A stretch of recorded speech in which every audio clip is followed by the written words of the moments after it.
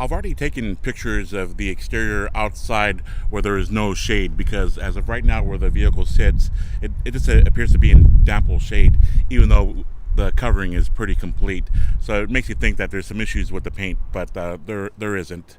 And I've got all the photos to support that as I took them out there. But it's just crazy hot over here, over 100 degrees, so I had no choice but to bring it here. But what we're gonna do here is we're gonna do a walk around, just point out any imperfections that I may have picked up on, and also do paint meter measurements. So what we're gonna check for using an electromagnetic paint meter is any signs of repaint, respray, or ultimately rework, right? So we want to see nice consistent readings, anywhere from I think probably 4 to 6 thousandths of an inch. Probably acceptable, but let's go ahead and move in. Obviously the front bumper I won't be able to read because of the composite material, but I always like to point out everything is being checked. I look at the headlamp lens. It looks, I don't see any signs of cloudiness anywhere, no scratches, and then I just give them a little nudge, make sure they're properly secured. Even the washers sometimes loose, so that looks good.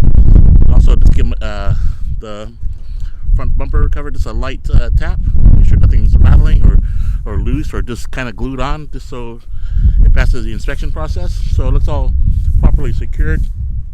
The left front headlight cover, again, don't see any cloudiness, no scratches, looks decent. All right, and then looking at the panel gaps, I still need to do the analysis on this, but as of right now, nothing is really jumping out at me as far as any major inconsistencies. So let's go ahead and start in with the paint meter readings. This is the electromagnetic paint meter. It reads aluminum and metal. So our first reading is going to be 4 thousandths of an inch. 4. Typically just taking 2 readings is enough, but I just take more. I just be on the safe side. So hood looked solid. Looking at the left fender, 4, 4.5, and let's do that one more time. Okay, 3.5. One more time. 3.5. Okay. Looking at the windshield, didn't see any obvious chips or cracks. No signs of delamination, even though I'm not expecting it with such a new car, but I just checked for everything. I've already got a snapshot of the public VIN or ID number, and also I take advantage and get a shot of the dash at this angle, even though I'll still be looking at it from the inside, but just a quick little pan over there. You know, I'm not expecting any cracks, but want to make sure there's no cosmetic imperfections or defects in workmanship. Looking at the left front tire, we're looking at a Pirelli 245/35 ZR20 91Y. I also would like to get the DOT number while I'm here. That's it right there. And looks like 2018 is date of manufacturer there. And then we'll just take a quick look at the rims. And again, I got still photos of all this, but just as a backup. Right? I don't see any obvious signs of curb rash. Looks like there's a wheel lock on there, so I'll check to make sure that is with the vehicle, or we've got to make sure we ask for that from the salesman. Rotors look evenly worn. Don't see any issues there. And then I always like to try to get a shot of the brake pad as well, so we can just see how it's wearing. Also, while I'm here, I get a shot of the wheel well area. This is where debris gets kicked up, and so we're just checking for any damage. Right? Really, nobody ever checks this, but this is something that I do on every inspection. Looking at the strut housing, and then the back side of the panel. Right, because if I start seeing any signs of impact in here, I know to be really careful when I look underneath and start checking there. At this angle, I just kind of bob from left to right and play with the angle. And what I'm checking for here are any signs of dings or dents or waviness in the panels. And then while I'm here, just get a nice shot of the outside mirror. Typically these get scraped up, or they're prone to get scraped up or bumped. So it looks pretty clean. And then I just give them a light tap, make sure they're securely on there. Okay, let's get the door meter readings. 4, 4.5, and 4. Looking good. I also like to check this area here. This is prone to a lot of scratches. I've seen gouges here from fingernails. So that looks good. No issues there. Looking at the belt line, looks decent. Sometimes I see discoloring, right? Or sometimes damages from being exposed in, or maybe just resting your arm on there. And a top view of the convertible top. Okay, looks like we're getting some background music there as well to complement the outside walk around. Okay, so nice view of the convertible top. All right, while I'm back here, just another side view. We just try to capture as much as possible. So if for any reason something was missed on the first pass, there's the second and then the third. Okay, left quarter panel, 4.5, and this one's gonna be higher because of the stone guard. 14, so that's normal. 4, 4, 4, 3.5, and 3. Do that one more time. 3. All right. And let's look at the left rear wheel well area. Okay. So far, nothing's jumping out at me, but there is a glare on the screen, so I'll need to review this later as well. Oops. All right. And then it looks like we're looking at a 295/30 ZR20. Not seeing any sidewall damage on the rubber. All right. And DOT number there is looks like one of 2018. Rims, not seeing any curb rash. Looking good. Rotors look good. Here's a shot of some bushings. All right. And then let's see if I can get a shot of that brake pad. Okay. And again, wheel lock there. Moving on. Looking at the rear bumper, just a couple taps. Okay. Fits all securely in there.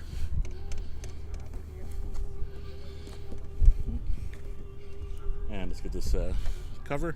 3.5, 3.5, 3.5, 4.5, 4, 4, 4.5 thousandths of an inch, and then that high reading because of the stone guard. Okay, just a view here of the convertible top here. Glass, looks like it's nicely fitted, and the right rear wheel well area.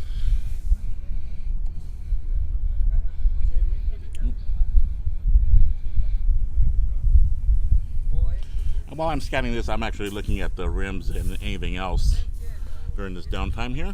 Okay, 295/30 ZR20 101 Ys is the speed rating. DOT here is 2017 on the 30th week, and rims, no obvious signs of curb rash. Wheel lock, rotors look good, and then a shot of the brake pad if it comes out. And I don't remember if I did the side view, but let's do it again. Okay. Again, looking for any dings, dents, or signs of waviness. Not seeing any scratches here in the handle area. Belt light trim looks decent. That's this dust that's settling on there now. They're doing some gardening work, so some dust is kicking up. Let's tap that outside mirror a little bit. Good. Give you another view there, and then door readings are coming out at 5, 4, 4.5, and 3.5. Now that I'm up here, just another view of the convertible top from this angle here, and I'll be checking the operation later on. And just taking a quick look at the windshield. No obvious rock chips. That looks good. Cracks or delamination. Another view of the dash. And we're getting a little bit of a glare from the backside, so it's impairing our vision there. Right. Oh, you'd like to look at the panel alignment here for the gas filler door, and I'll be opening that up later just to check it. Fender readings: 4.5, 3, 3.5, 4, and I don't remember if I got the hood here, but let's just do it just in case. We got 4 thousandths of an inch and 4,000 reading there. Looking at the left or the right for front wheel well area will be the last area that we scan. So far, nothing obvious is popping out. Again, I'll be reviewing this as well. Okay. strut assembly.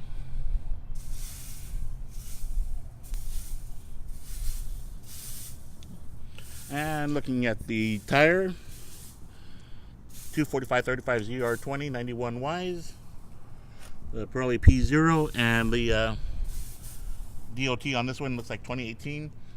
Rims look like they're in decent shape. Again, if I say if it's in decent shape now, but later on when I review everything, I may change my mind. So this is not an absolute final analysis here. It's just what I happen to see right now. Okay, and then we're getting a shot of the brake pad. And then I'm going to push back here one last time, give you one final view of how the vehicle presents itself before I move on. When I'm inspecting these newer cars, what I find is everything is covered up now, right? So what I do is I remove whatever is easily accessible, right? Like the cover for the brake fluid and the battery. This whole area I'd like to look at, and if it just snaps off, I go ahead and just remove it. And the reason I want to remove it is because I want to make sure that one, there's no signs of impact damage, right? That can be easily covered up here. But also, it's common for these areas that are untouched. It's cool, right? Or and it's dark. Sometimes rodents like to nest in these areas, and so that's what I'm checking for as well when I do this. So there's a lot to consider when you do these pre-purchase inspections that most people don't think about.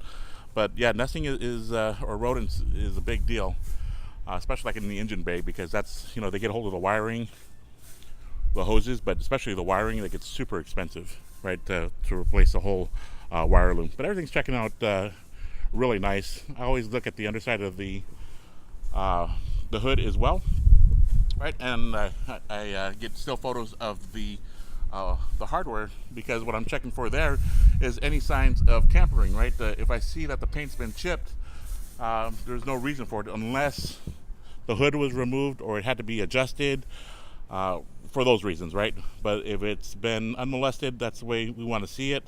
And the paint already checked out, so there's no suspicions here as far as repaint. Okay, moving on. Okay, here on this portion of the video, we're gonna do the startup. I've got the microphone pointed directly to the exhaust, so that way we can pick up on any backfiring or possibly the tone as best as possible. I'll step on the brakes and I'll lower the rear reflector as well, and check the lights while I'm doing this. Alright, so I'm going to go ahead and fire it up.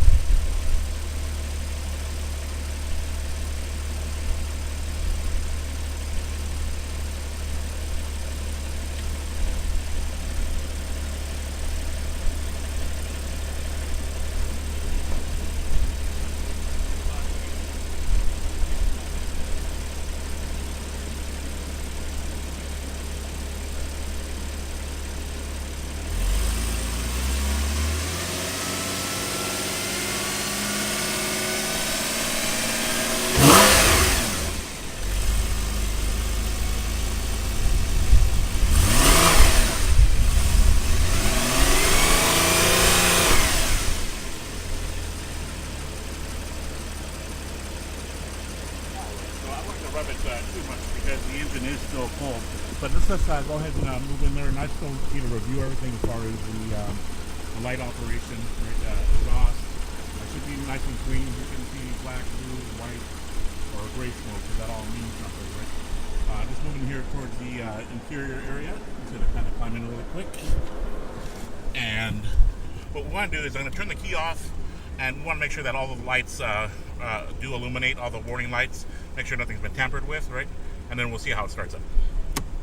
Okay, so completely shut down. Go into the first position.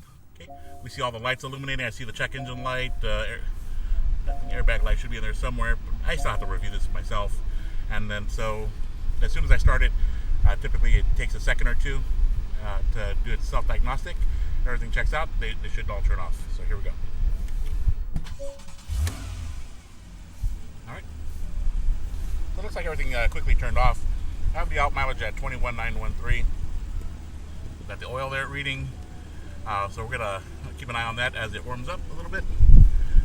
Fuel, looks like it's a fuel tank, and then the temperature as well is something that I'll double check before I finish. And then I'll go ahead and shut off this portion of it and move on to the opposite side of the road because there's just no runway.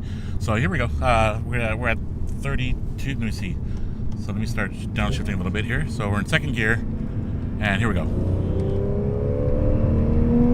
So it seems a little hesitant.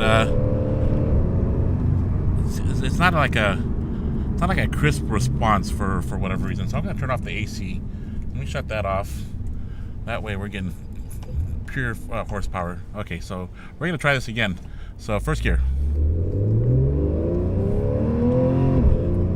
Yeah, it just seems a little sluggish. I gotta slow down. I'm already doing 60 in a 45 or 50 mile an hour zone there. But so I did get the higher speeds. I don't know if the video is picking up on it, but it just seems like it's lacking a little bit of performance. So luckily it's here at the Porsche dealership. You know, it's something that they can scan just to make sure, you know, that we're crossing our T's and dotting our I's, right? I'm going to turn around now and let me see. We try it one more time here. Get in front of these cars. Okay, sharp turn under a load. Let me do manual shifting.